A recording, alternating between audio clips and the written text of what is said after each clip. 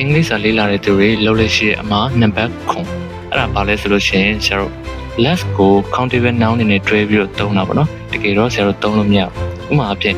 there are less cars in the lot today ဆရာတို့ဒီကားထားတဲ့နေရာမှာဒီနေ့ကားတွေသိပ်မရှိဘူးလို့ဆရာတို့ပြောချင်တဲ့အခါမှာ less cars လို့ဆရာတို့ပြောလို့မရဘူး fewer cars လို့ပြောရမယ် less နဲ့ fewer ကဆရာတို့ database တူတူပဲဆိုပေမဲ့ countable နဲ့ uncountable noun ကွာတယ်ပေါ့နော်ဆရာတို့ less less ကိုတော့ဆရာတို့ uncountable noun အနေနဲ့ပဲတွေ့သုံးရတယ်ဆရာတို့ရှင်းတွဲလို့ရတဲ့ကားတို့ဆရာတို့ဥပမာအဖြစ်လူတို့ idea တို့ဆိုရင် fewer နဲ့တွေ့ပြီးသုံးရမယ် okay ရမယ်နော် there are fewer cars in the lot today ရမယ်နော် okay အဲ့ဒါဆိုလို့ရှိရင်ဆရာတို့ဒီ video ကတော့ဒီလောက်ပါပဲအသုံးဝင်တယ်လို့ယူဆလို့ရှိရင်ဆရာတို့ like comment and share လုပ်ပေးတော့ခဲ့ပါဦးဆရာတို့နောက် video မှာလည်းဆရာတို့ဒီတစ်ခေါက်နဲ့lesson နဲ့ပြန်လာခဲ့မှာမို့ဆရာတို့စောင့်ကြည့်ပေးပါအောင်အားလုံးကိုကျေးဇူးတင်ပါတယ်